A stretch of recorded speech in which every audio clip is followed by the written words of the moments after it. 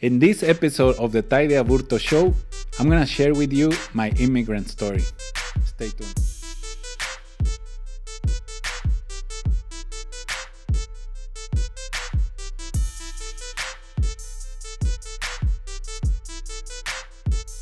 As you all know, America is a country of immigrants, and every immigrant has a story to tell.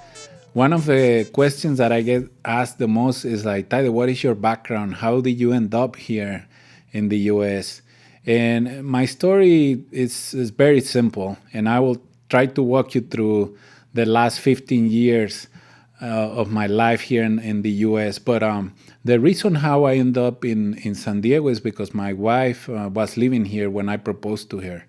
I'm originally from Morelia, Michoacan, a beautiful colonial city in the central area of Mexico. My dad is from there. My mom is from Guerrero, but I was born and raised in Morelia, Michoacan. I earned my bachelor's in economics from the Universidad Michoacana. And when I graduated from my university, I had the opportunity to visit a cousin of mine in Texas. I stayed there for a few months while I was working on my thesis to earn my bachelor's degree in economics in Mexico. You have to write a thesis to earn your degree. And I took a few months there. Then I went back to Mexico City to complete my project. Then I went back to Morelia and I presented my thesis and I got my degree. And after that, I joined the government, the state government. So I worked for the government of Michoacan for a few years. And after that, I decided to start my own business. So I opened up a restaurant in Morelia. I have always had a love for the restaurant industry. My parents owned a restaurant for like 12 years when I was younger, and I learned a lot from those years in the restaurant industry. And that's why I was like, when I had the opportunity to open a business, I was like, I want to open a restaurant in my hometown. And I was doing really well, before I moved to San Diego. So actually, like, literally my idea was like, I'm going to I got a ring. I'm going to go to San Diego for like 10 days. I have my flight tickets for 10 days. I'm going to propose to Lisa. Then I'm going to convince her to move with me down to Morelia. And then, once we're in Morelia, we'll figure out if we want to go somewhere else or what we want to do with our lives. But my game plan didn't work as expected. So I couldn't take Lisa back with me. So, we decided I changed my flight a few times, more than the ones that are allowed by the airline before you start getting charged every time that you change your flight ticket. But eventually, we decided to stay here in San Diego.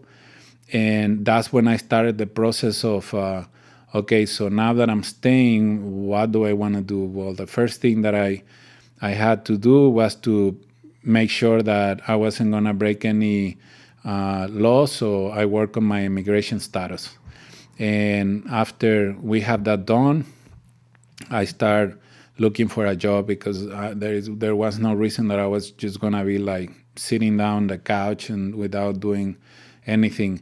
My restaurant stayed open for that whole year of 2006 until December 2006 when my business partner and I decided to sell it.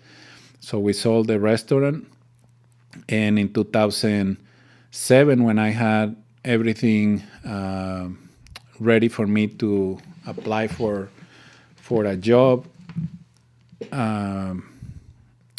I started working for a wireless company here in San Diego. But before that, because I had this like part-time, kind of like a student visa, because I could work for like 20 hours and work on my studies part-time. So I took advantage of that. But then when I was legally allowed to work full-time, I applied for a job and I got recruited as a market research analyst for a wireless company. I stayed there with the company for almost 2 years. It was a great experience. I learned a lot. After that position, and within those months, I was working on my dissertation to earn my master's in marketing from Tec de Monterrey, private university in Mexico. So at that time, I started working on the Hispanic Chamber of E-commerce concept. I proposed it to the local chamber, not a neat chamber, but I proposed them to open up a technology committee within the chamber, but it wasn't a priority for them at that time. And 2 years later, I decided that I wanted to start the Hispanic Chamber of E-commerce so I could help some business owners to understand how to use the internet as a business tool, because I realized in those months that I was doing research for my dissertation that there was that need in the community, because there was a digital divide between the Latino business community and the general market. So I took action, incorporated the Hispanic Chamber of E-commerce.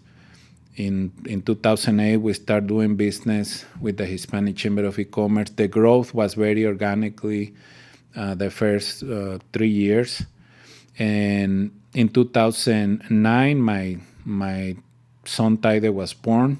He was born with a heart condition, so on the first 3 weeks, he was at the neonatal intensive care unit because of his heart condition. He had a couple of heart surgeries the first year.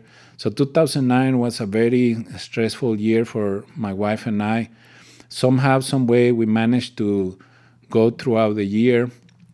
By the way, I transitioned jobs around those months. Before my son was born, I joined the San Marcos Chamber of Commerce because I wanted to understand how chambers of commerce work, because there were a lot of things that didn't make any sense to me when I was doing my research about chambers of commerce, and I could see some chambers doing really well, some others doing really bad, and it had nothing to do with the market where they were in. There were other factors, and I couldn't figure it out because this was all new for me. I never run a business association in Mexico. I was part of business associations as a business owner. I was part of business associations, when I opened up my restaurant. So there were a few things that didn't make any sense to me.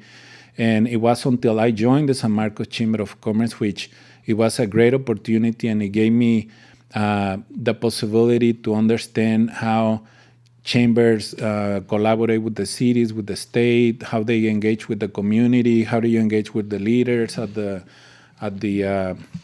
local and regional level, what's the role of the board of directors, etc. So it was a priceless experience for me. I got to meet a lot of chamber leaders in the North County area of San Diego, and that was very useful for me because all the feedback and everything that I learned from them.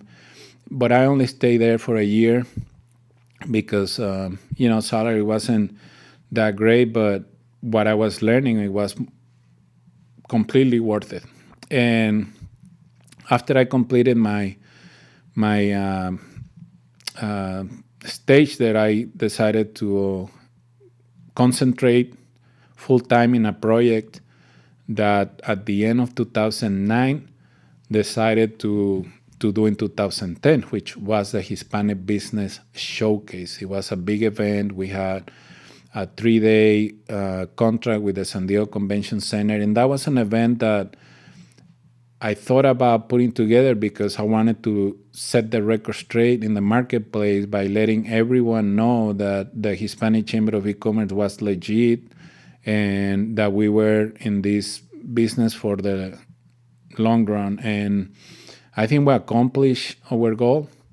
However, after that project, I ended up with $32,000 debt because some of the vendors and some of the people that I thought that they were going to help us out for the Expo, they didn't come through. Some of the people the vendors that we hired, they didn't deliver.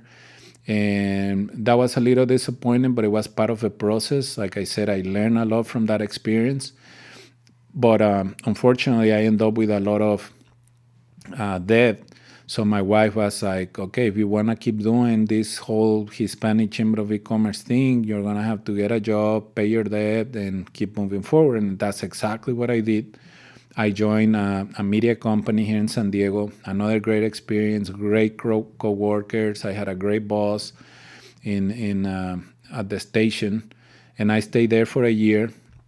So that was 2011, at the end of 2011, and then in 2012, I started my own a little like consulting thing on the side, and I was running the Hispanic Chamber of E-commerce, and that's when I start focusing more on the growth and development of the association.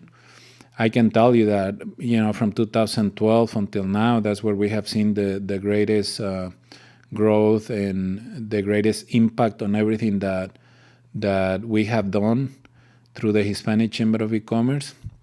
Because in the beginning, I was learning as I was going through, and like I said, I made a lot of mistakes, but I learned from each one of them, and also the quality of the people that started to join the Hispanic Chamber of E-commerce was more.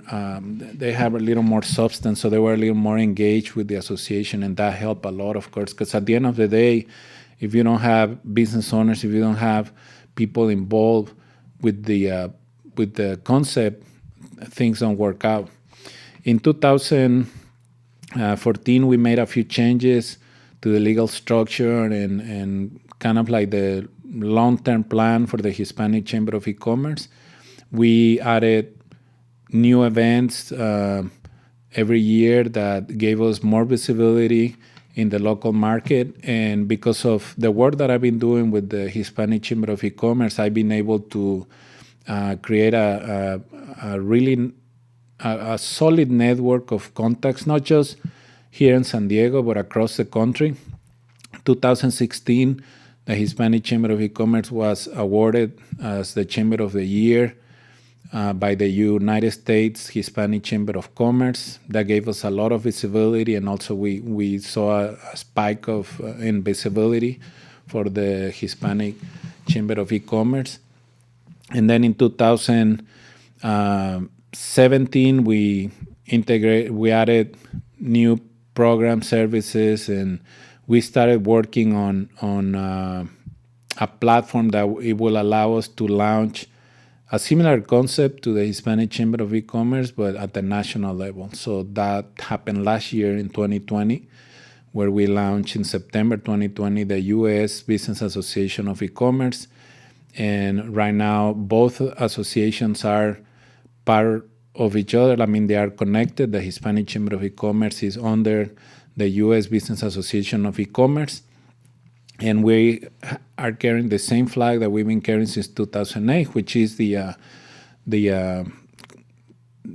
use of the internet as a business tool, helping small businesses to grow and succeed in the marketplace by using technology, by being active in the digital economy. Now with this pandemic, we have seen how important that is. And since September until now, we have been, well, not since April, until now, we have been very busy with everything that we do. And this year, I mean, it has started very hectic, and I don't think it's going to change because of everything that we are working on, and the new partners and the new strategic partnerships that we are closing with some key corporations, and the many different business owners that are reaching out to us across the country. I mean, we're in a stage where I can see great things happening over the next 18, 24 months because of this crisis that we're going through right now. It's extremely important for small businesses to have that digital presence. There is no reason for American businesses to be actively involved in the digital economy, and I think that's happening as we speak, and it's going to continue to grow over the next few months, and that's something that excites me a lot. So like I said, in general terms, that's my immigrant story. It feels like it's yesterday, but not just going through this timeline. It's been 15 years already. It's pretty amazing how time flies. but definitely grateful for the opportunity that I have had to live in the U.S. all these years. It is my new home. I'm forever grateful for everything that I have had so far. My children were born here. I have a beautiful family, and the sky's the limit. And we have, as a family, we have uh, goals that we want to accomplish in the next 5-10 years, and also as a professional, I have goals that I want to accomplish in the next 5-10 years. So if you ask me, like, you think that your immigrant story has reached its peak, I don't think so. I feel like the best is yet to come because of everything that I'm working on. I can tell you that as an immigrant, the learning all the ins and outs of how everything works here is not something that you can learn overnight. It takes some time.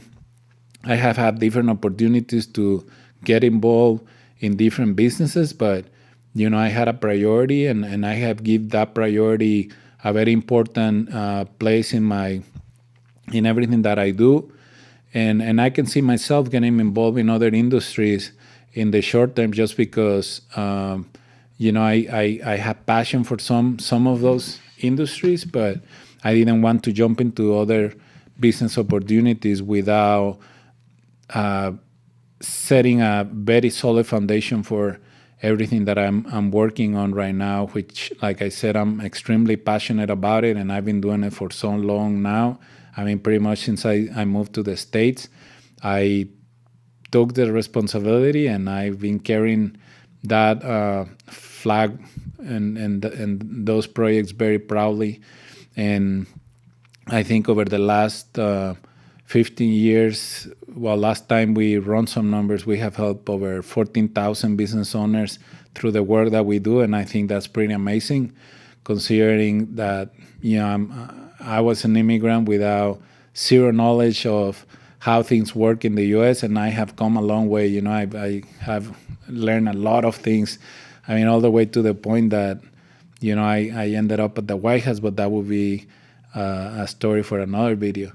But thank you very much for watching. I hope that some of you guys learned something from this video. If you have any questions, please feel free to reach out to me. It's very easy to find me.